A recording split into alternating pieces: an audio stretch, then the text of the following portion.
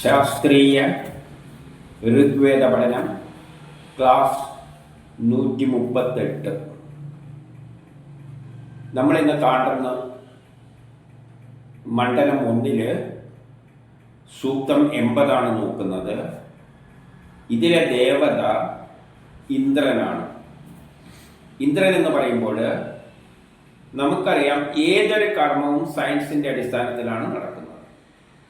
പക്ഷേ സയൻസിൻ്റെ അടിസ്ഥാനത്തിൽ എല്ലാം ഒന്നും നടക്കില്ല. നടക്കണ്ടിക്ക് എന്ത് വേണം? അതിനനുസരിച്ച് ഒരാൾ അതിനെ ഏകോപിപ്പിക്കണം. അതുകൊണ്ടാണ് എഞ്ചിനീയറിംഗ് പഠിച്ചാലും മാനേജ്മെൻറ്റ് വേണം. ഒരു ഡോക്ടറായതുകൊണ്ട് ആശുപത്രി നടത്തിക്കൊണ്ട് പോകാൻ പറ്റില്ല. അതിനെന്ത് വേണം? മാനേജ്മെൻറ്റ് പ്രിൻസിപ്പിൾ അറിയണം, അല്ലെങ്കിൽ നടത്താനുള്ള പരിചയം വേണം. വെറുതെ ഡോക്ടർ പഠിച്ചത് കൊണ്ട് ആശുപത്രി നടത്താൻ പറ്റുമോ? അതിന് വേറെ ചില കാര്യങ്ങളെല്ലാം ഉണ്ട്. അതെല്ലാം ഏകോപിപ്പിക്കാൻ ഒരു ശക്തി വേണം. അതുപോലെ തന്നെ നമ്മൾ എന്ത് കർമ്മങ്ങൾ ചെയ്യുമ്പോഴും അതിൻ്റെ അകത്ത് സയൻസ് തന്നെയാണ്. ഇപ്പോൾ ഹൈഡ്രജനും ഓക്സിജനും കൂട്ടിച്ചേർത്ത് കഴിഞ്ഞാൽ വെള്ളം ഉണ്ടാവും. അത് സയൻസാണ്. പക്ഷേ അതിൻ്റെ സയൻസിൻ്റെ അടിസ്ഥാനത്തിൽ കൂട്ടിച്ചേർത്ത് നമ്മൾ കൊടുക്കണം. നമ്മളത് കൂട്ടിച്ചേർത്ത് കൊടുക്കുമ്പോൾ ആ സിസ്റ്റത്തിൻ്റെ അകത്ത് വലിയ രാസപ്രവർത്തനങ്ങൾ നടക്കുന്നുണ്ട്. ഹൈഡ്രജൻ എന്ന് പറഞ്ഞാൽ ഹൈഡ്രജൻ തന്മാത്രയായിട്ടാണുള്ളത്, 2 കൂടിയതാണ്. ഓക്സിജൻ തന്മാത്രയായിട്ടാണുള്ളത്, 2 ഓക്സിജൻ കൂടിയിട്ടാണുള്ളത്. അപ്പോൾ ഇവയെല്ലാം പൊട്ടിച്ച് വേർപെടുത്തിയിട്ട് കൂട്ടിച്ചേർത്തിട്ടാണ് H2O ഉണ്ടാക്കേണ്ടത്. അപ്പം അവിടെയും ഏകോപിപ്പിക്കുന്ന ഒരു ശക്തിയുണ്ട്. അത് ആ സയൻസ് തന്നെയായിരിക്കാം പ്രേരിപ്പിക്കുന്നത്. പക്ഷെ ആ പ്രേരിപ്പിക്കുന്ന ശക്തി അതിനെയെല്ലാം പൊട്ടിക്കുകയും കൂട്ടിച്ചേർക്കുകയും ചെയ്യുന്നുണ്ട്. ആ ശക്തിക്കാണ് ഇന്ദ്രൻ എന്ന് പറയുന്നത്. അപ്പൊ ലോകത്തിൽ എന്തെല്ലാം കർമ്മങ്ങളുണ്ടോ അതെല്ലാം ഇന്ദ്രനാണ് സാധിപ്പിക്കുന്നത്. അപ്പൊ നമ്മളെല്ലാം കൊടുക്കുന്ന സാധനങ്ങളെല്ലാം ഇന്ദ്രന് കൊടുക്കും. ഇന്ദ്രനാണ് അതിനെ നമ്മൾ ഉപയോഗിക്കുന്ന സയൻസ് തത്വപ്രകാരം പ്രൊഡക്റ്റ് ആക്കിയിട്ട് മാറ്റുന്നത്. ഈ ഒരു ജ്ഞാനത്തിന്റെ അടിസ്ഥാനത്തിൽ നമ്മൾ ഒന്നാമത്തെ മന്ത്രത്തിലേക്ക് കടക്കാം. ഋഗ്വേദം മണ്ഡലം 1 സൂക്തം 80-1. ഋഷി ഗൗതമൻ ദേവത ഇന്ദ്രൻ ഛന്ദസ് പങ്ക്തി. ഇഥാഹി സോമാ ഇത്മദേ ബ്രഹ്മാചകാരവർദ്ധനം സവിഷ്ട പ്രജിന്നോ ഓജസാ പൃഥിവ്യാ നിശശ അഹിം അർച്ചൻ അനുസ്വജ രാജ്യം. ഇന്ദ്രനെ ഹർഷദായകമായ സോമത്തിന്റെ പ്രഭാവത്തിൽ സ്തോതാവ് പ്രശംസിച്ചു. വജ്രധാരിയായ ഇന്ദ്രൻ സ്വശക്തിയാൽ വൃത്രനെ വധിച്ചു. സ്വരാജ്യത്തിൽ പ്രകാശിതനായി പ്രതിഷ്ഠിതനാകുവാൻ ഇന്ദ്രനോട് അഭ്യർത്ഥിക്കുന്നു. ഇവിടെ പറയുകയാണ് ബലവാനായ ഇന്ദ്രനെ നമ്മൾ സോമം നൽകുന്നു, അപ്പോൾ ഹർഷപുളകിതനാവുന്നു. അത് നമ്മൾ കൊടുക്കുന്ന വസ്തു ഇന്ദ്രനെ തൃപ്തിപ്പെടുത്തും. ഏതിന്റെ അടിസ്ഥാനത്തിൽ? സയൻസിന്റെ അടിസ്ഥാനത്തിൽ. സ്തോതാവ് പ്രശംസിക്കുന്നു. പ്രശംസിക്കുക എന്ന് പറയുമ്പോൾ നമ്മൾ സയൻസിന്റെ അടിസ്ഥാനത്തിൽ ഇന്ന ശാസ്ത്രപ്രകാരം ഇന്ദ്ര ഇതിനെ ഞാൻ തരുന്ന സോമത്തെ പുതിയ വസ്തുവാക്കി മാറ്റാനുള്ള കഴിവുണ്ട് എന്ന് പറഞ്ഞുകൊണ്ട് കൊടുക്കുമ്പോൾ ഇന്ദ്രൻ എന്താവുന്നു? ഹർഷദായകനായിട്ട് മാറിയിട്ട് എന്ത് ചെയ്യുന്നു? അതിനെ സ്വീകരിക്കുന്നു. വജ്രധാരിയായ നിന്റെ ശക്തിയാൽ വൃത്രനെ ദണ്ഡിക്കുന്നു. അപ്പോൾ അത് എന്ത് ചെയ്യുന്നു? വജ്രധാരി. വജ്രം എന്നതിൻ്റെ അർത്ഥം വജ്രമാണ് കട്ട് ചെയ്യാൻ പറ്റുന്ന ഏറ്റവും വലിയ നല്ല ആയുധം, ഹാർഡായ ആയുധം. അപ്പം ഞാൻ നേരത്തെ തന്നെ പറഞ്ഞു, ഹൈഡ്രജനെയോ ഓക്സിജനെയോ കൊടുത്തു കഴിഞ്ഞാൽ ഹൈഡ്രജനെ പൊട്ടിച്ചു മാറ്റണം, 2 ഓക്സിജൻ കൂടി ചേർന്നതിനോ വേറെ. അപ്പം എല്ലാത്തിലും പൊട്ടിക്കലും ചേർക്കലുമാണ് ഒരു രാസപ്രവർത്തനത്തിൽ നടക്കുന്നത്. അതുകൊണ്ടാണ് വജ്രധാരിയായ ഇന്ദ്രൻ. ഇന്ദ്രൻ അപ്പം എന്താ ചെയ്യുക? അതിനകത്ത് എല്ലാത്തിനെയും പൊട്ടിച്ച് വേർപ്പെടുത്തി പിന്നെ വേണ്ട തരത്തിൽ പുതിയൊരു വസ്തുവായിട്ട് കൂട്ടിച്ചേർക്കും. അപ്പോൾ വൃത്രനെ ദണ്ഡിച്ചു. എന്തും പൊട്ടിക്കുമ്പോൾ every action there is equal and opposite reaction. അവിടെ ഒരു റിയാക്ഷൻ ഉണ്ട്. ആ റിയാക്ഷനെയാണ് വൃത്രൻ എന്ന് പറയുന്നത്. ഇവിടെ വൃത്താകൃതിയിലുള്ള ആറ്റങ്ങളെയാണ് പൊട്ടിക്കുന്നത്. അതുകൊണ്ട് വൃത്രാസുരൻ എന്ന് പേര് കൊടുത്തു. അപ്പം വൃത്രാസുരനെ വേർപെടുത്തി, അതിൽ ആറ്റങ്ങളെ വേർപെടുത്തി, പിന്നെ പുതിയതായിട്ട് തരത്തിൽ യോജിപ്പിക്കുന്നു. അങ്ങനെ നീ പ്രകാശിതനായി യജ്ഞസ്ഥലത്ത്, നിന്റെ സ്ഥലത്ത് പ്രതിഷ്ഠിതനാവുക. അപ്പൊ ആ യജ്ഞസ്ഥലത്ത് ഇന്ദ്രൻ എന്ത് ചെയ്യും? വജ്രവുമായിട്ട് വന്നിട്ട് പ്രഭാവത്തോടുകൂടി പ്രതിഷ്ഠിതനായിട്ട് നമ്മളെ സ്തുതികൾ ശ്രമിച്ചുകൊണ്ട് യജ്ഞം പൂർത്തീകരിക്കും. ഇനി 2 ഋഗ്വേദം മണ്ഡലം 1 സൂക്ത 80-2 സ തോമദത് വൃഷാമദ സോമ ശേനാഭൃത സുധാ ഏനാവൃത്രം നിരഭ്യോ ജഖന്ത വ്രജിനോജസ അർച്ചൻ അനുസ്വജ രാജ്യം. പെൺപരുന്തിനാൽ കൊണ്ടുവരപ്പെട്ട സംസ്കരിച്ചതും ബലയുക്തവുമായ സോമം ഇന്ദ്രനെ ഹർഷയുക്തനും ബലവാനുമാക്കി. അതിന്റെ ഫലമായി ഇന്ദ്രൻ വൃത്രനെ ജലത്തിൽ നിന്നും വേർപെടുത്തി നശിപ്പിച്ചു. ഇന്ദ്രൻ സ്വരാജ്യത്തിൽ പ്രകാശിതൻ ആകട്ടെ. ഇന്ദ്രനോട് പറയുകയാണ്, പെൺപരുന്തിനാൽ കൊണ്ടുവരപ്പെട്ട സംസ്കരിച്ചതും ബലയുക്തവുമായ സോമം അതിനെ ഹർഷയുക്തനും ബലവാനുമാക്കി. അപ്പൊ സോമമാണ്, നമ്മൾ കൊടുക്കുന്ന വസ്തുവാണ് ഇന്ദ്രനെ എന്താക്കുന്നത്? ബലവാനാക്കുന്നത്. നമ്മൾ ഹൈഡ്രജനും ഓക്സിജനും കൊടുത്താലല്ലേ അതിനെന്താക്കാൻ പറ്റൂ?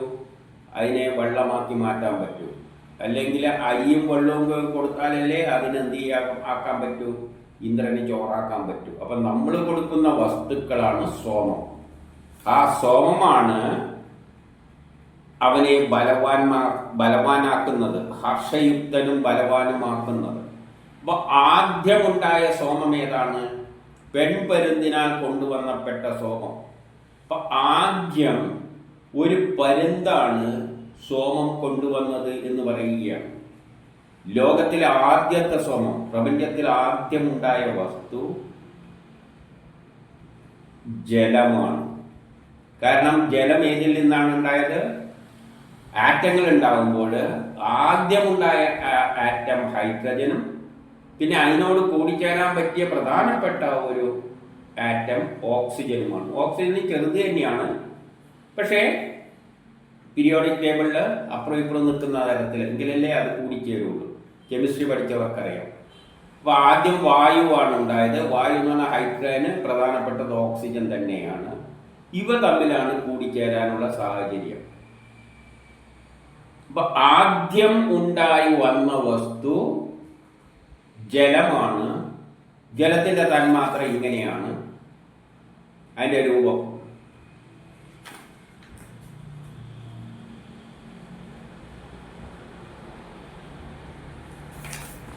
ഇത് ഏകദേശം ഒരു പരുന്തിന്റെ രൂപത്തിലാണുള്ളത്.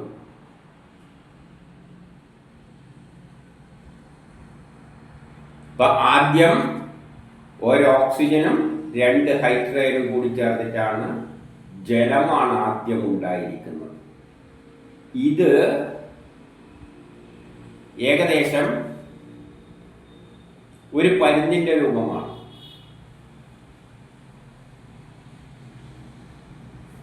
ആ തന്മാത്രന്റെ ഭാവനയിൽ ഒരു പരുന്ത് പോലെയാണെന്ന് പറഞ്ഞ്, അല്ലാതെ വരച്ച് കാണിച്ചു തരാം, എനിക്കിങ്ങനെ വരച്ച് കാണിച്ചു തരുന്നവരെ അവർക്ക് ഇതൊന്നും പറഞ്ഞു തരാൻ പറ്റില്ല. അപ്പം ഏകദേശം പരുന്ത് പോലെ ഉണ്ടാകും, പെൺപരുന്തിനെ പോലെ. അതുകൊണ്ടാണ് ആദ്യം ഒരു പരുന്താണ് സോമം കൊണ്ടുവന്നത് എന്ന് പറയുമ്പോൾ ആദ്യം ഉണ്ടായ വസ്തു ജലമാണ്. അതൊരു പരുന്തിന്റെ രൂപത്തിലുള്ള ആകൃതിയാണ് അതിന് ഉള്ളത്. എന്നിട്ടോ തൽഫലമായി നീ വൃത്രനെ ജലത്തിൽ നിന്നും വേർപെടുത്തി നശിപ്പിച്ചു. അപ്പോൾ വൃത്രനെ ജലത്തിൽ നിന്നും നശിപ്പിച്ച്, ജലമാണ് ആദ്യം ഉണ്ടായത്. ജലമുണ്ടാകുമ്പോൾ ഈ ഓക്സിജനെ വേർപെടുത്തി, ഈ ഓക്സിജനെ വേർപെടുത്തി, ഓക്സിജനെ വേർപെടുത്തി, 2 ഓക്സിജൻ കൂടിയിട്ട് ഉണ്ടാവുള്ളൂ, അതിനെ വേർപെടുത്തി. 2 ഹൈഡ്രജനാണ്. ഹൈഡ്രജനെ വേർപെടുത്തിയാലല്ലേ ഇങ്ങനെ സാധാരണ ഓക്സിജൻ എന്നെല്ലാം പറയുമ്പോൾ ഇങ്ങനെ നിൽക്കുക ചെയ്യുക, ഇതുപോലെ ഇതിനെ വേർപെടുത്തിയിട്ട് ഇത് ഹൈഡ്രജൻ ആണെന്ന് വെച്ചു. ഇതിനെ രണ്ടും വേർപെടുത്തിയിട്ട് വേണം നടുവിലൊരു ഓക്സിജന്റെ അപ്പുറം ഇപ്പുറം വെക്കാം. ഇതാണ് ഹൈഡ്രജൻ അല്ലെ ഓക്സിജൻ. ഇങ്ങനെയാണ്. അപ്പൊ ഇങ്ങനെയുള്ള ഓക്സിജനെ വേർപെടുത്തണം. വേർപെടുത്തുമ്പോൾ അവിടെ there is a reaction. അതാണ് വൃത്രനെ നശിപ്പിച്ചിട്ട് ഹൈഡ്രജനെ രണ്ടിനെയും വേർപെടുത്തുന്നു. എന്നിട്ട് ഇവിടെയാക്കി വെക്കുന്നു. ഇതേപോലെയുള്ള ഓക്സിജനിൽ നിന്ന് വേർപെടുത്തി ഒന്നിനെ എടുത്ത് ഇതിന്റെ നടുവിൽ വെക്കുന്നു.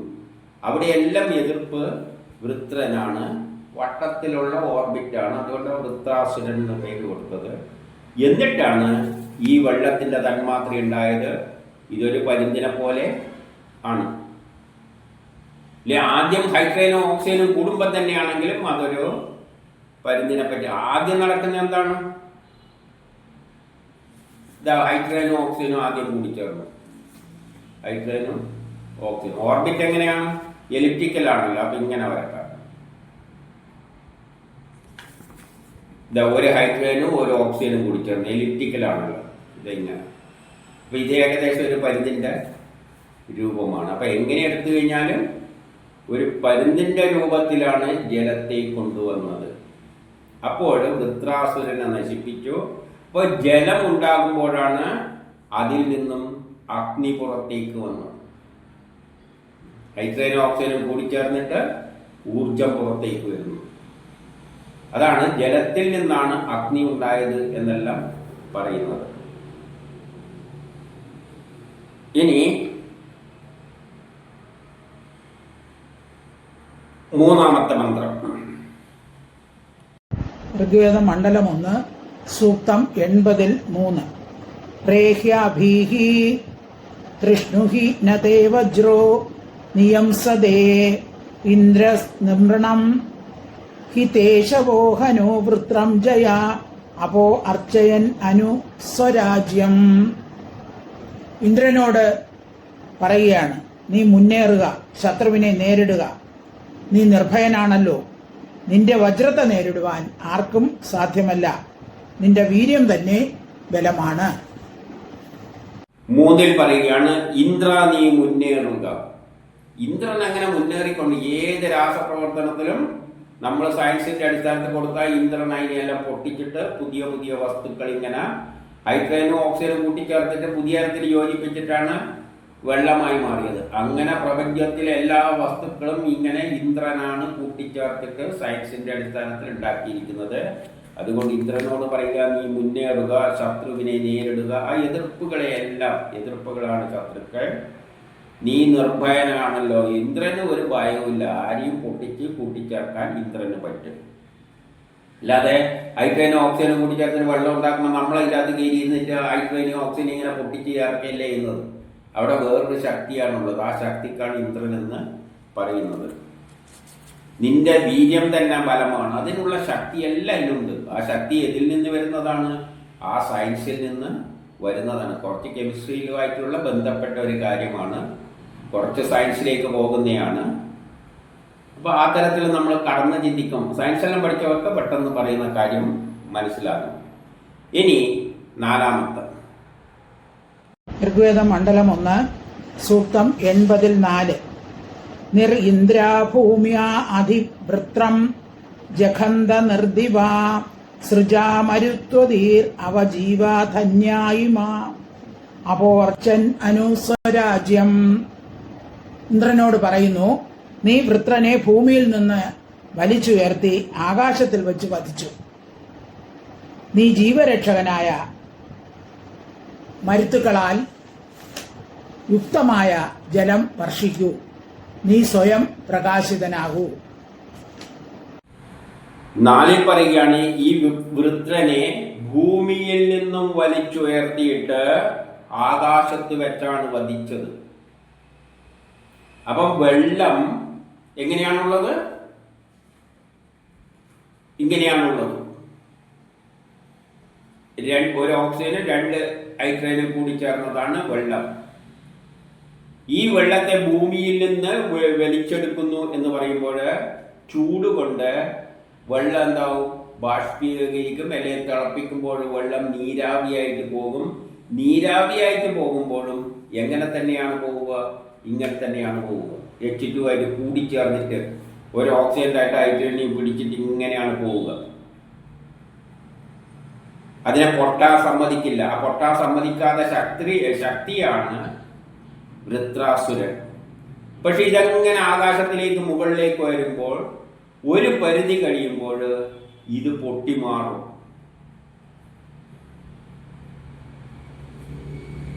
അപ്പോൾ H ആയിട്ടും OH ആയിട്ടും മാറും. അപ്പൊ ഏറ്റവും മുകളിലേക്ക് എത്തുമ്പോൾ H-ഉം OH-ഉം ആയിട്ട് മാറിപ്പോകും.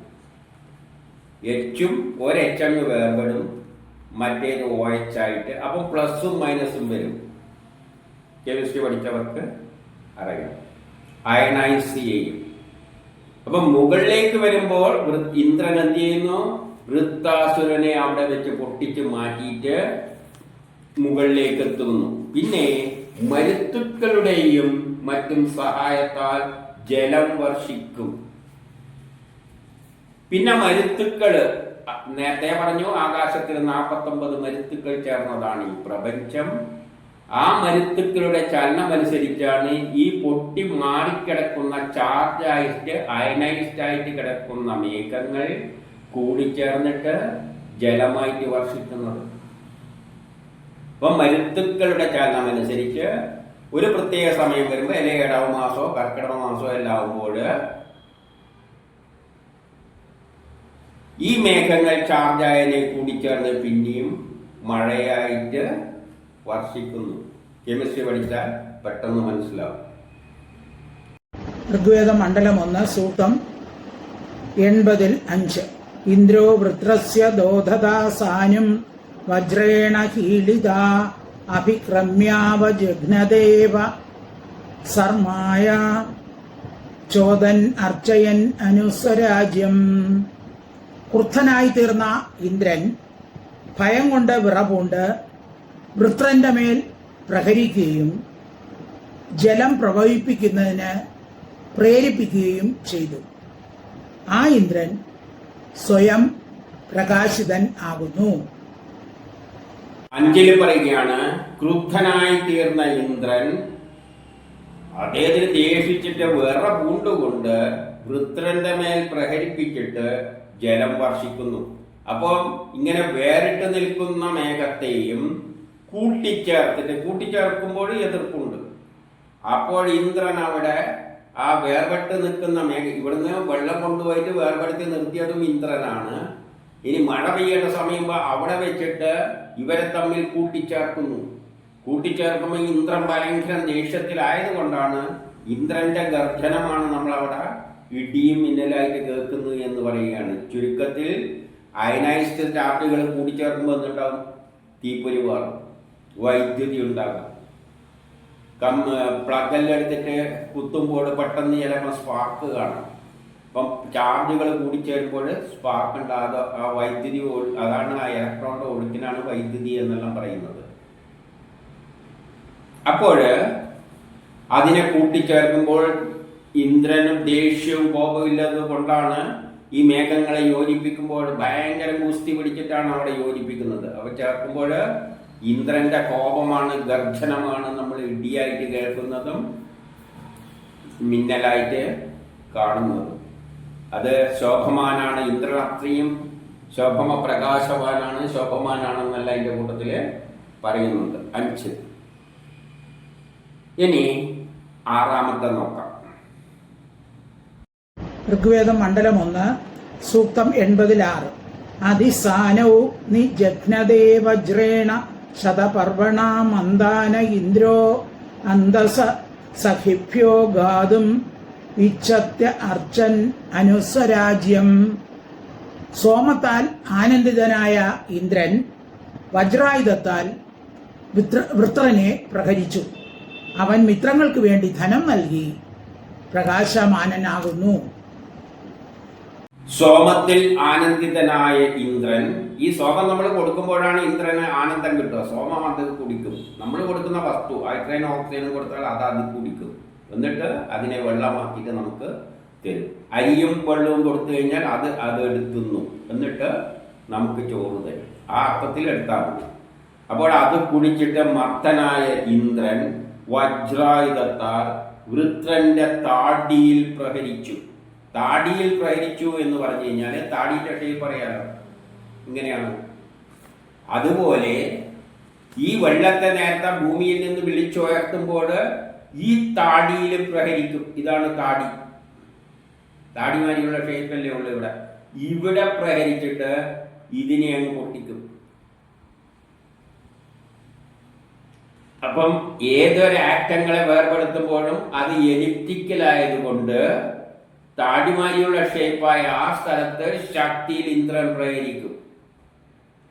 എനിക്കിങ്ങനെ പടം വെച്ച് കാണിച്ചു തരാൻ പറ്റും, അവർക്ക് അതിനുള്ള സൗകര്യമൊന്നുമില്ല. അവർ ഉദാഹരണങ്ങൾ താടിയിൽ പ്രഹരിക്കും. താടി എന്താ? താടി എന്ന് വെച്ചാൽ ഈ രൂപമാണ്. എലിപ്റ്റിക്കൽ ഓർബിറ്റ് ആയതുകൊണ്ടാണ് ഇവിടെ താടി രൂപമാണുള്ളത്. ഇത് താടി വാരിയുള്ളത്. ഈ താടിയിൽ പ്രഹരിക്കും. സോമത്തിന്റെ ആകർഷണം, നമ്മൾ കൊടുക്കുന്ന വസ്തു ആകർഷണമാകുമ്പോൾ അത് ഇന്ദ്രൻ വജ്രായുധത്താൽ വൃത്തന്റെ താടിയിൽ പ്രഹരിച്ചിട്ട് അവൻ മിത്രങ്ങൾക്ക് വേണ്ടി, അതായത് നമുക്ക് വേണ്ടി ധനം നൽകി പ്രകാശിതനായി തീരും. അതായത് നമ്മൾ അരിയും വെള്ളവും കൊടുത്തു കഴിഞ്ഞാൽ ഇന്ദ്രൻ എന്ത് ചെയ്യും? അതിൻ്റെ അരിൻ്റെ അകത്തുള്ള ആറ്റങ്ങളുടെ താടിയിൽ പ്രഹരിക്കും. അരിയിലെന്തുണ്ട്? കുറേ ആറ്റങ്ങൾ ഇങ്ങനെ കൂടിച്ചേർന്ന, പലതരം കൂടിച്ചേർന്നതാണ്. കെമിസ്ട്രി പഠിച്ചവർക്കറിയാം. അപ്പൊ അതിനെയെല്ലാം പൊട്ടിച്ച് മാറ്റിയിട്ടാണ് പദമുള്ള ചോറാക്കി മാറ്റുന്നത്. അതിൻ്റെ അകത്തുള്ള ഇന്റേണൽ സ്ട്രക്ചറിനെയെല്ലാം പൊട്ടിച്ചിട്ട്. അപ്പൊ അവിടെയെല്ലാം താടിയാണ് വരുന്നത്. ഇങ്ങനെ ആറ്റത്തിന്റെ ഇടക്ക് എലിപ്റ്റിക്കൽ ഓർബിറ്റാണ്. അതിൻ്റെ അകത്ത് കയറി എല്ലാ താടികളെയും പൊട്ടിച്ചിട്ട്, ഓർബിറ്റുകളെ പൊട്ടിച്ചിട്ട് അതിന് പുതിയൊരു സ്ട്രക്ചർ ഉണ്ടാക്കിയിട്ട് വെള്ളത്തിന്റെ സഹായത, വെള്ളത്തെയും ചിലപ്പോൾ സ്പ്ലിറ്റ് ചെയ്തിട്ട് ഹൈഡ്രജൻ എടുത്തിട്ട് അവിടെ ഇവിടെയെല്ലാം പിടിപ്പിക്കും. എന്നിട്ടാണ് നല്ല പദമുള്ള ചോറാക്കി മാറ്റുന്നത്. കെമിസ്ട്രിയിലൂടെ പഠിച്ചവരൊന്ന് ചിന്തിച്ചു നോക്കൂ, എന്ത് ഭംഗിയിലാണ് വിവരിച്ചിരിക്കുന്നത്. എന്നിട്ട് മിത്രങ്ങൾക്ക് ധനമുണ്ടാകും. മിത്ര ആരാണ്? ഇന്ദ്രന്റെ മിത്രമാണ് നമ്മൾ. നമുക്ക് വേണ്ടിയിട്ടാണ് ഈ ചോറുണ്ടാക്കുന്നത്. ഏത് രാസപ്രവർത്തനത്തിലും ഇതെല്ലാം തന്നെയാണ് ഇന്ദ്രൻ ചെയ്യുന്നത്. എന്ത് പ്രവൃത്തി നടക്കുന്നുണ്ടെങ്കിലും, ഇപ്പൊ ഒരു ഇരുമ്പിനെ പൊട്ടിക്കുകയാണെന്ന് വെച്ചാൽ ഇരുമ്പിലും ആറ്റങ്ങൾ ഇങ്ങനെ ചേർന്ന് നിൽക്കുകയാണ്. അപ്പൊ താടിയിൽ അടിച്ചിട്ട് വൃത്രനെ എതിർപ്പിനെ നശിപ്പിച്ചിട്ട് പൊട്ടിക്കുമ്പോഴാണ് ഇരുമ്പ് രണ്ടായിട്ട് മാറുന്നത്. ഇനി 7 ഋഗ്വേദം മണ്ഡലം 1 സൂക്തം 87. ഇന്ദ്രതുഭ്യം ഇതഭ്രിവോനുത്തം വജ്രൻ വീര്യം യഥത്വം മായിനം മൃഗം തമോ ത്വം മായയാവധീർ അർച്ചൻ അനുസ്വരാജ്യം. ശത്രുക്കളെ തിരസ്കരിക്കുന്ന പുരുഷാർത്ഥം വജ്രായുധനായ ഇന്ദ്രൻ്റേത് തന്നെയാണ്. ഇന്ദ്രൻ തന്നെ മായാവിയായ വൃത്രനെ വധിച്ചു. ഇന്ദ്രൻ സ്വയം പ്രകാശിതനാണ്. വജ്രധാരിയായ ഇന്ദ്രനോട് പറയുകയാണ്, ശത്രുക്കളെ നശിപ്പിക്കുന്ന പുരുഷാർത്ഥം നീ തന്നെയാണ്. ഇവിടെ ഏത് യജ്ഞം നമ്മൾ നടത്തുമ്പോഴും അതിലുള്ള എതിർപ്പുകളെ നേരിടുന്ന ശക്തി ഇന്ദ്രൻ തന്നെയാണ്. ഒരു കല്ല് പൊട്ടിക്കുമ്പോഴും അല്ലെ അരിയിനെ നമ്മൾ പദം വരുത്തുമ്പോഴും അതിൻ്റെ അകത്ത് നമ്മൾക്കൊന്നും കയറിയിട്ട് ചെയ്യാൻ പറ്റൂല. അരിയുടെ അകത്ത് നമ്മൾ കയറിയിട്ട് പൊട്ടിക്കാൻ പറ്റൂല. പൊട്ടിക്കുന്ന എല്ലാവരും തന്നെയാണ്, ഇന്ദ്രൻ തന്നെയാണ്. ഇന്ദ്രനാണ് അതിൻ്റെ അകത്ത് നമുക്ക് പകരമായിട്ട് ആക്ട് ചെയ്യുന്നത്. നമ്മളെല്ലാം ഇട്ട് കൊടുക്കുകയുള്ളൂ. സാമ്പാർ ഉണ്ടാക്കുക എല്ലാ സാധനങ്ങളും അതിൻ്റെ അകത്ത് ഇട്ടിട്ട് വെള്ളം അടിയിൽ ചൂടാക്കി കൊടുക്കും. പക്ഷെ അതിൻ്റെ അകത്ത് നടക്കുന്ന എന്തെല്ലാമാണ്? പിന്നെ വെണ്ടയ്ക്ക അതിൻ്റെ അകത്തില്ല, പിന്നെ വഴുതിനി അതിൻ്റെ അകത്തില്ല. അതെല്ലാം കുറിച്ചേർന്നിട്ട് വേറെ എന്തോ ഒരു ദ്രാവ രൂപത്തിൽ ഒരു ടേസ്റ്റിലുള്ള ഒരു വസ്തുവായിട്ടാണ് മാറുന്നത്. ആ വഴുതനേൻ്റെ തന്നെ ഷേപ്പ് എല്ലാം അങ്ങ് മാറിപ്പോവും. നമ്മൾ കൊടുക്കുന്ന മാതിരിയൊന്നും അല്ല, അതിൻ്റെ നിറം പോലും മാറിപ്പോവും. അപ്പോൾ എന്തെല്ലോ അതിൻ്റെ അത് നടന്നിട്ടുണ്ട്. വളരെയധികം രാസപ്രവർത്തനങ്ങൾ നടന്നിട്ടുണ്ട്. കെമിസ്ട്രി പഠിച്ചവർക്കറിയാം എന്തെല്ലാണ് അവിടെ നടന്നിരിക്കുക. അതെല്ലാം ആരൊക്കെ ചെയ്യാൻ പറ്റൂ? ഇന്ദ്രനെ ചെയ്യാൻ പറ്റും. അല്ല നമുക്കറിയണം അതിൻ്റെ അകത്തൊരു ശക്തിയുണ്ട്. ആ ശക്തി ഏതിൽ നിന്ന് ഉത്ഭവിക്കുകയാണ്? അവിടെ ഒരു പാചകവിധി എന്നൊരു ശാസ്ത്ര തത്വം അവിടെയുണ്ട്. അതിൽ നിന്നാണ് സംഭവിക്കുന്നത്. എന്നിട്ട് നീ തന്നെ മൃഗരൂപമായാവിയായ വൃത്രനെ വധിച്ചു. ഒരു മൃഗത്തിന് സമാനമായ ഒരു മായാവി അതിൻ്റെ അകത്ത് ഒളിച്ചിരിപ്പുണ്ട്. മായാവിയാണത്, മൃഗന് സമാനമായ ശക്തിയുള്ള. അതായത് ആറ്റങ്ങളെ അത്ര പെട്ടെന്നൊന്നും വേർപെടുത്താൻ പറ്റില്ല. നമുക്കറിയാലോ, ഇരുമ്പിൻ്റെ ആറ്റങ്ങൾ ചേർന്ന് കിടക്കുകയാണ്. അതിനെ പൊട്ടിച്ചെടുക്കണമെങ്കിൽ എത്ര ശക്തി ഉപയോഗിക്കണം. അപ്പം മായാവിയായ ഒരു ശക്തി അതിനെ പിടിച്ചു നിർത്തുന്നുണ്ട്. അതിനെ പൊട്ടിച്ചെടുക്കാൻ ആർക്കേ പറ്റൂ? ഇന്ദ്രനെ പറ്റൂ. ഇന്ദ്രനെ എങ്ങനെ കൊടുക്കണം? സയൻസിൻ്റെ അടിസ്ഥാനത്തിൽ നമ്മൾ സമീപിക്കണം. ഇനി 8 ഋഗ്വേദം മണ്ഡലം 1 സൂക്തം 80-8. വിദേ വജ്രാസോ അസ്ഥിരൻ അവധിം നാവ്യ അനു മഹത്ത ഇന്ദ്രവീര്യം ബാഹോസ്തേ ബലം ഹിതം അർച്ചൻ അനുസ്വരാജ്യം. 90 നദികൾക്ക് തുല്യം ഇന്ദ്രന്റെ വജ്രായുധം വിസ്തൃതമാണ്. ഇന്ദ്രന്റെ ബലം മഹത്താണ്. അവന്റെ ഇരുഭുജങ്ങളും ബലിഷ്ഠങ്ങളാണ്. ഇന്ദ്രൻ പ്രകാശിതനാണ്. ഇന്ദ്രനോട് പറയുകയാണ്, 90 നദികൾക്ക് തുല്യം നിങ്ങളുടെ വജ്രായുധം വിസ്തൃതമായി പ്രവർത്തിക്കുന്നു. കാരണം ആറ്റങ്ങൾ ഏകദേശം 90 തരമുണ്ട്.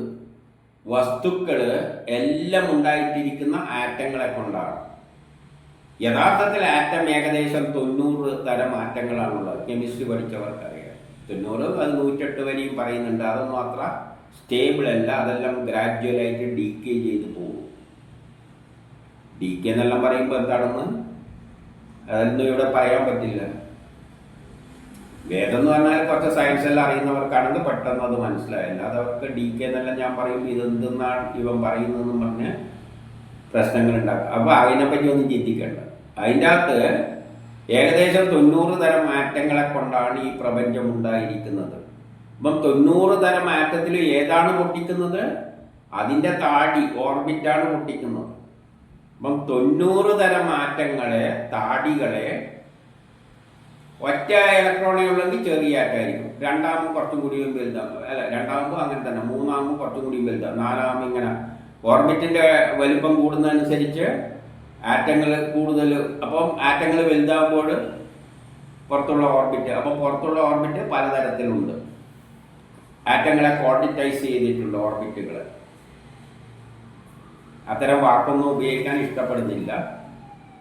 പക്ഷേ കെമിസ്ട്രി പഠിച്ചവർക്ക് വേണ്ടി അത് ഇടക്കൊന്ന് അങ്ങനെ പറഞ്ഞു പോകുന്നതേ ഉള്ളൂ.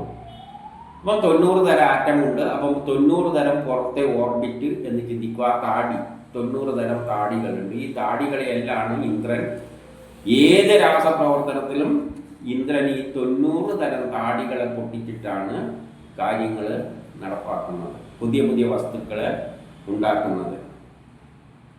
അതുകൊണ്ട് നിന്റെ വജ്രായുധം അത്രയും വിസ്തൃതമാണ്. കാരണം ഇത്രയും പൊട്ടിക്കണം. പലതരം ഓർബിറ്റുകളെ പൊട്ടിക്കാൻ കഴിവുള്ളവരാണ് ഇന്ദ്രന്റെ കയ്യിലുള്ള ആയുധം.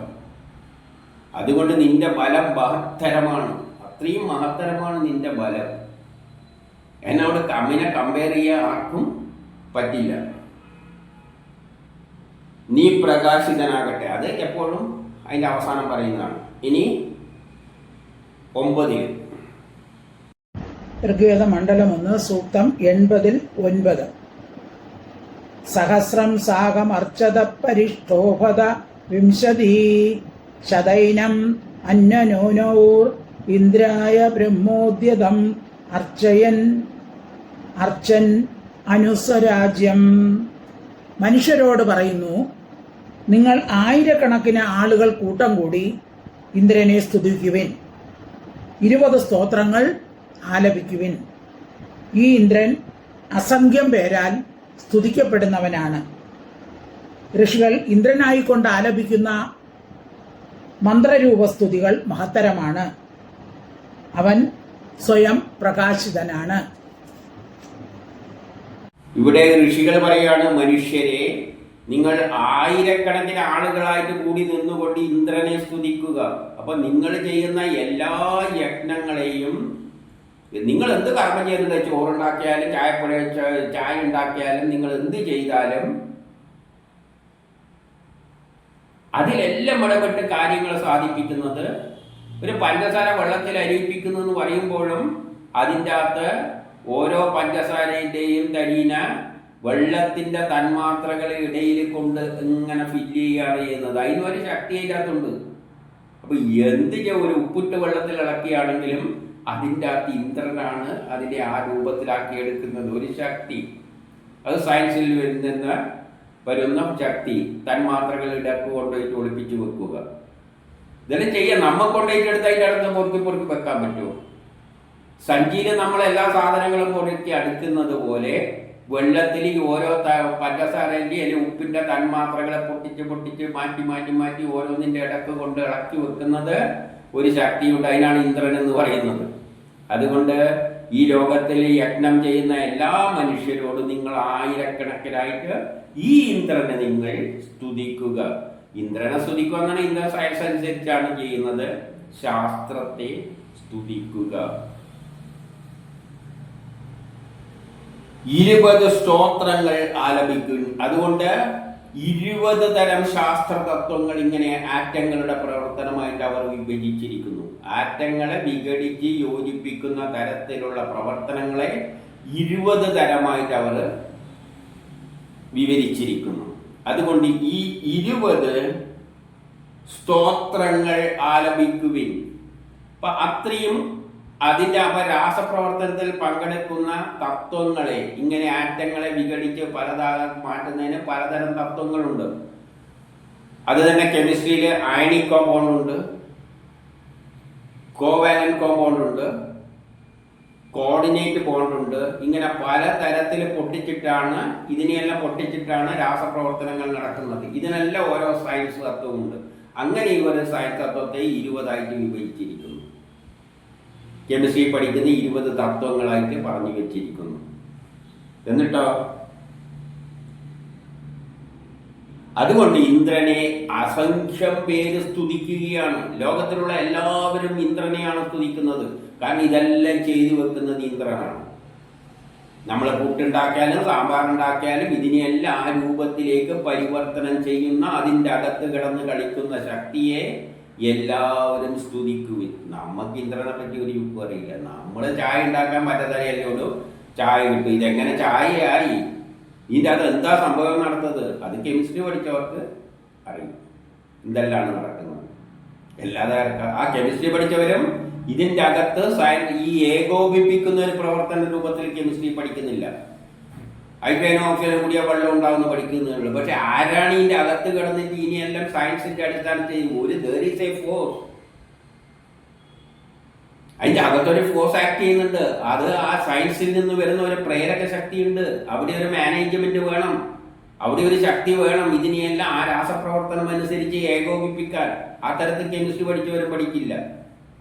വേദം അത്രയും ദീർഘമായിട്ട് അകത്ത് കടന്നിട്ട് പഠിക്കുകയാണ്. ഒരു ശക്തി അതിൻ്റെ അകത്ത് ഉത്ഭവിക്കുന്നുണ്ട്. ഋഷികൾ ഇന്ദ്രനായിക്കൊണ്ട് പല മന്ത്രസ്തുതികൾ ആലപിക്കുന്നു. അപ്പം ഋഷികള് ഈ ഇന്ദ്രനെ തൃപ്തിപ്പെടുത്തുവാനുള്ള ശാസ്ത്ര തത്വങ്ങളാണ് ആവിഷ്കരിക്കുന്നത്. നമ്മളെ സയൻസ് തത്വവും അത് തന്നെയാണ്. പക്ഷേ ആ സയൻസ് തത്വം അകത്ത് ഇന്ദ്രൻ എന്നൊരു പ്രേരക ശക്തിയാണ് അതിനെ ഏകോപിപ്പിക്കുന്നത് എന്ന രൂപത്തിൽ മനസ്സിലാക്കുന്നില്ല. ആ ഒരു കുഴപ്പമുണ്ട്. അതിൻ്റെ അകത്ത് നമ്മൾ വിചാരിക്കാൻ ആദ്യം ചോറാക്കാവും, വെള്ളം ഇട്ട് ചൂടാക്കുന്നത്. അത് ആരാണ് ഇതിൻ്റെ അകത്ത് ചെയ്യുന്നത്? അതിൻ്റെ അകത്ത് ഒരു ഫോഴ്സ് ഉണ്ട്. ആ ഫോഴ്സിലാണ്, ആ ഫോഴ്സിനെ തൃപ്തിപ്പെടുത്തിക്കൊണ്ട് ചെയ്തു കഴിഞ്ഞാൽ ആ ഫോഴ്സ് അതാണ് ഇന്ദ്രൻ. ഇന്ദ്രൻ അത് ചെയ്യണമെങ്കിൽ സയൻസിന്റെ അടിസ്ഥാനത്തിൽ ചെയ്താലേ ഇന്ദ്രൻ ചെയ്യുകയുള്ളൂ. അതാണ് ഋഷികൾ വേദമന്ത്രങ്ങൾ ഈ ഇന്ദ്രനായിക്കൊണ്ടാണ് ഉണ്ടാക്കി വെച്ചിരിക്കുന്നത്, ഗ്രന്ഥങ്ങളിൽ എഴുതിയിരിക്കുന്നത്.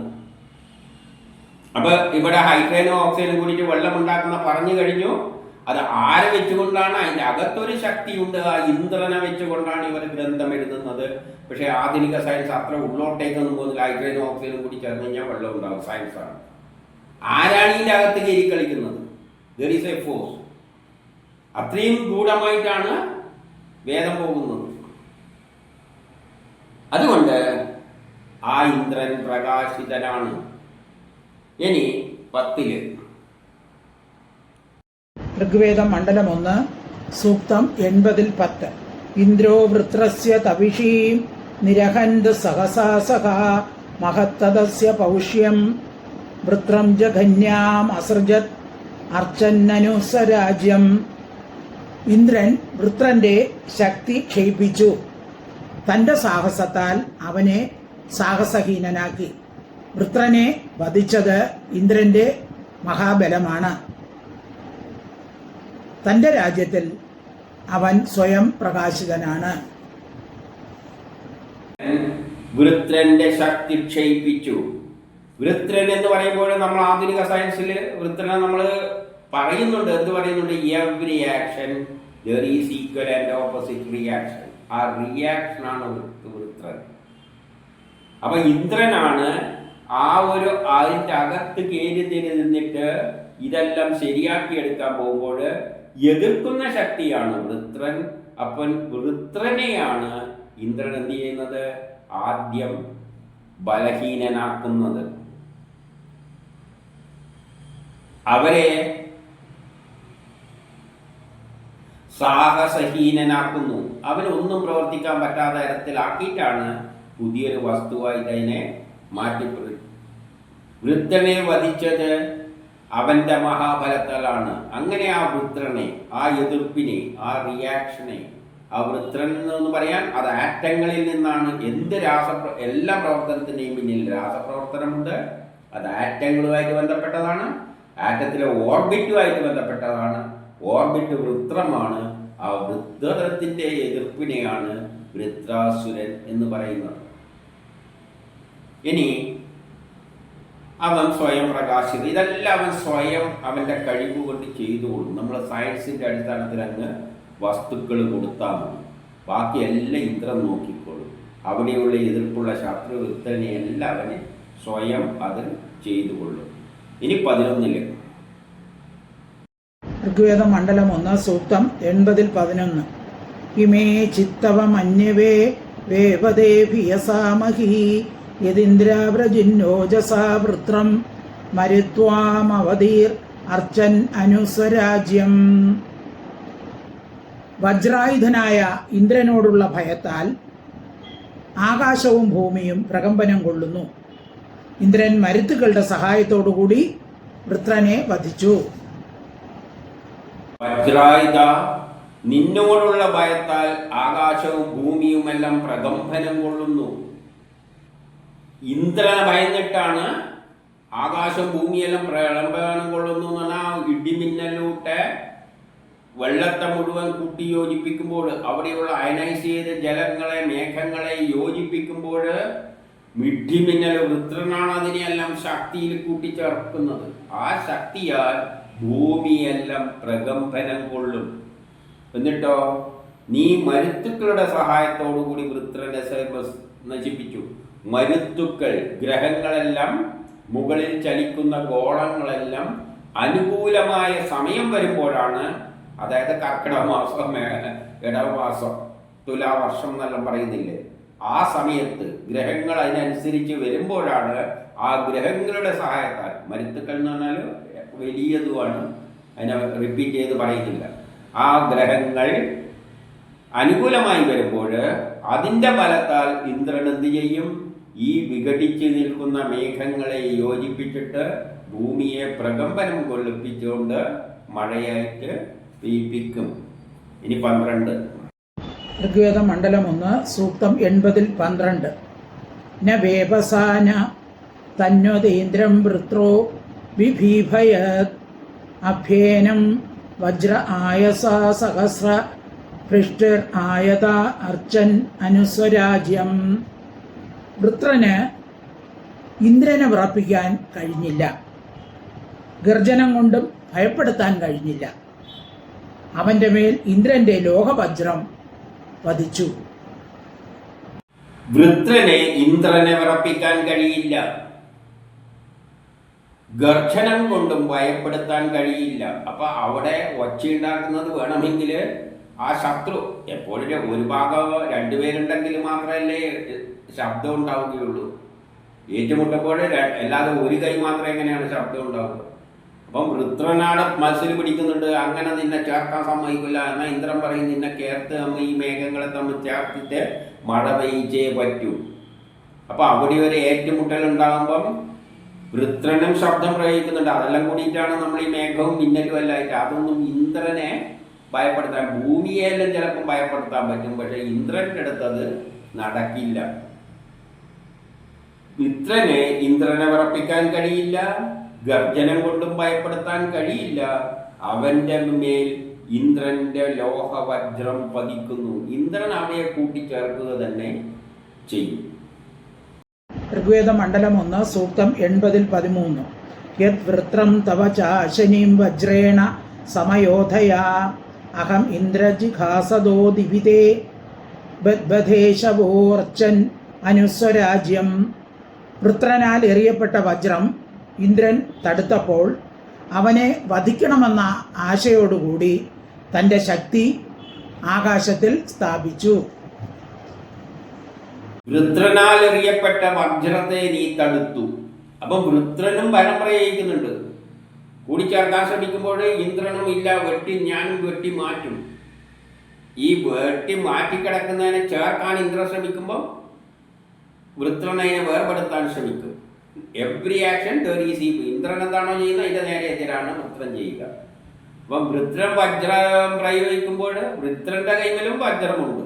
അത്രയും ശക്തി വൃത്രന്റെ കൈമലും ഉണ്ട്. അതാണ് every action there is equal and opposite reaction. അപ്പം ഇന്ദ്രൻ എത്ര വജ്രബലമുണ്ടോ അത്രയും ബലം വൃത്രന്റെ കൈമലും ഉണ്ട്. പക്ഷേ ഇന്ദ്രനെ തോപ്പിക്കാൻ പറ്റില്ല. അനുകൂല സാഹചര്യം വരുമ്പോൾ എന്ത് ചെയ്യും? ഇവൻ കൂട്ടിച്ചേർക്കുക തന്നെ ചെയ്യും. അപ്പം വൃത്രനയക്കപ്പെട്ട വജ്രം നീ തടുത്തപ്പോൾ അവനെ വധിക്കണമെന്നുള്ള ആഗ്രഹത്താൽ നീ ആകാശത്തിൽ ആ ശക്തി നീ പ്രാപിക്കുന്നു. അപ്പൊ അത് ആകാശത്തിൽ ശക്തി പ്രാപിച്ചത് കൊണ്ടാണ് മഴയായി പെയ്യുന്നത്. ഇനി ഇന്ദ്രൻ തോറ്റു പോവുകയാണെങ്കിൽ മേഘമെല്ലാം അടുത്ത് വന്നിട്ട് നമ്മൾ പെയ്യും, ഇപ്പം മഴ പെയ്യും എന്ന് വിചാരിക്കും. പക്ഷെ പെയ്യില്ല. എന്തുകൊണ്ട്? ഇന്ദ്രൻ തോറ്റുപോയി. എന്തുകൊണ്ട്? ആ സമയം ഗ്രഹങ്ങളൊന്നും അനുകൂലമായ സ്ഥലത്തല്ല എത്തിയിരിക്കുന്നത്.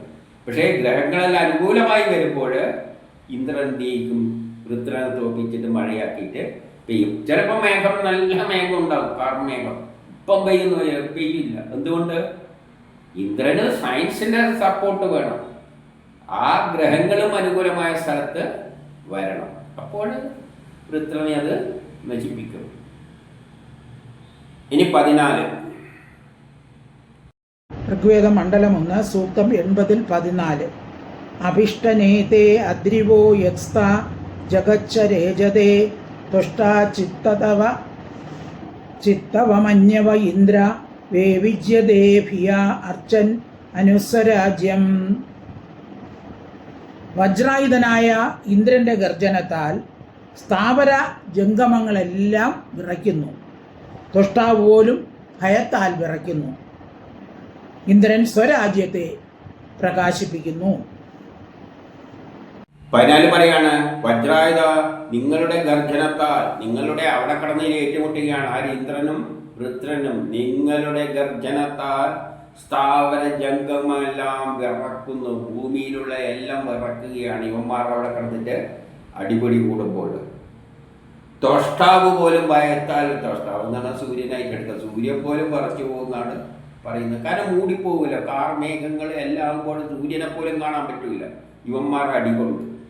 എന്നിട്ടോ നീ സ്വന്തം രാജ്യത്തെ പ്രകാശിപ്പിക്കുക. അതായത് രാജ്യത്തിന് ഗുണം ചെയ്യുന്നത് നീ ചെയ്യണം. ഇനി 15.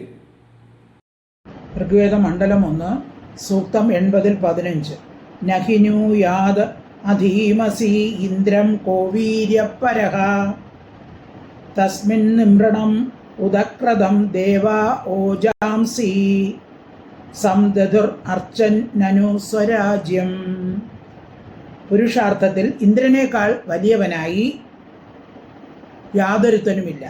ദേവഗണം അയാളിൽ ജ്ഞാനബലം, പുരുഷത്വം മുതലായവ സ്ഥാപിച്ചു. അദ്ദേഹം തൻ്റെ രാജ്യത്തെ സ്വയം പ്രകാശിപ്പിക്കുന്നു. പുരുഷാർത്ഥങ്ങളിലെല്ലാം ഇന്ദ്രനെക്കാട്ടിയും വലിയവനായിട്ട് ആരുമില്ല. കാരണം ആര് എന്ത് യജ്ഞം നടക്കുന്നുണ്ടല്ലോ അതിൻ്റെ തടക്ക് ഇത് ചെയ്യുന്ന പ്രവൃത്തി ഇന്ദ്രനാണ്.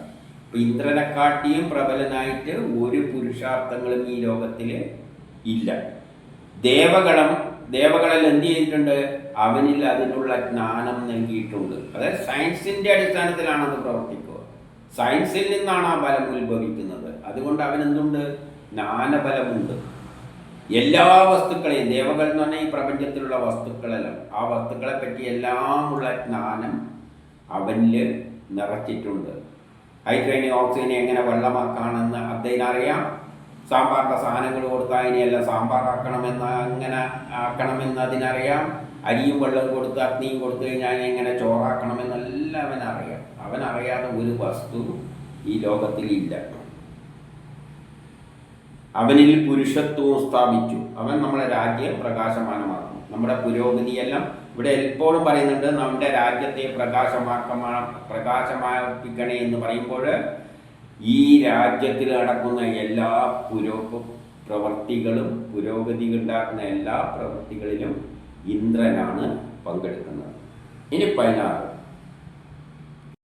ഋഗ്വേദ മണ്ഡലം 1 സൂക്തം 80-16. യാം അഥർവ മാനുഷുപിതാ ദത്വം ധിയം അജ്ഞത തസ്മിൻ ബ്രഹ്മാണി പൂർവധേന്ദ്ര ഉക്ത സം അക്മത അർച്ചൻ നനു സ്വരാജ്യം. അഥർവാവ്, പിതാമഹൻ, ദത്യങ്കൻ മുതലായവർ ചെയ്തിരുന്ന യജ്ഞകർമ്മങ്ങളുടെ ഹവിസുകളും സ്തുതികളും എല്ലാം ഇന്ദ്രനിൽ ഏകത്രിതം ആയിരിക്കുന്നു. അഥർവാണ് ടെക്നോളജി. വേദങ്ങൾ സയൻസ്, അതിൻ്റെ ആപ്ലിക്കേഷൻ ടെക്നോളജി, അഥർവവേദം. അപ്പം അഥർവവേദത്തിലാണ് പ്രയോഗം വരുന്നത്. അവിടെയാണ് ഇന്ദ്രൻ. അപ്പം അഥർവവേദത്തിലെ അഥർവൻ, പിതാമഹന്മാരെല്ലാം, പിന്നെ ദന്ത്യൻ മുതലായവർ ചെയ്തിരുന്ന യജ്ഞകർമ്മങ്ങൾ, അവരെല്ലാം ചെയ്ത യജ്ഞങ്ങളിലെല്ലാം ഹവിസ്സും സ്തുതികളും ഇന്ദ്രനായി അർപ്പിച്ചിരുന്നു. ഇന്ദ്രനാണ് അവയെ ഏകോപിപ്പിച്ചിരുന്നത്. അതായത് ഋഷികളെല്ലാം ഈ ഇന്ദ്രനെ ആശ്രയിച്ചുകൊണ്ടാണ് യജ്ഞങ്ങൾ നടത്തിയിരുന്നത്. അവരുടെ യജ്ഞങ്ങളെല്ലാം പൂർത്തീകരിച്ചിരിക്കുന്നത് ഇന്ദ്രനാണ്.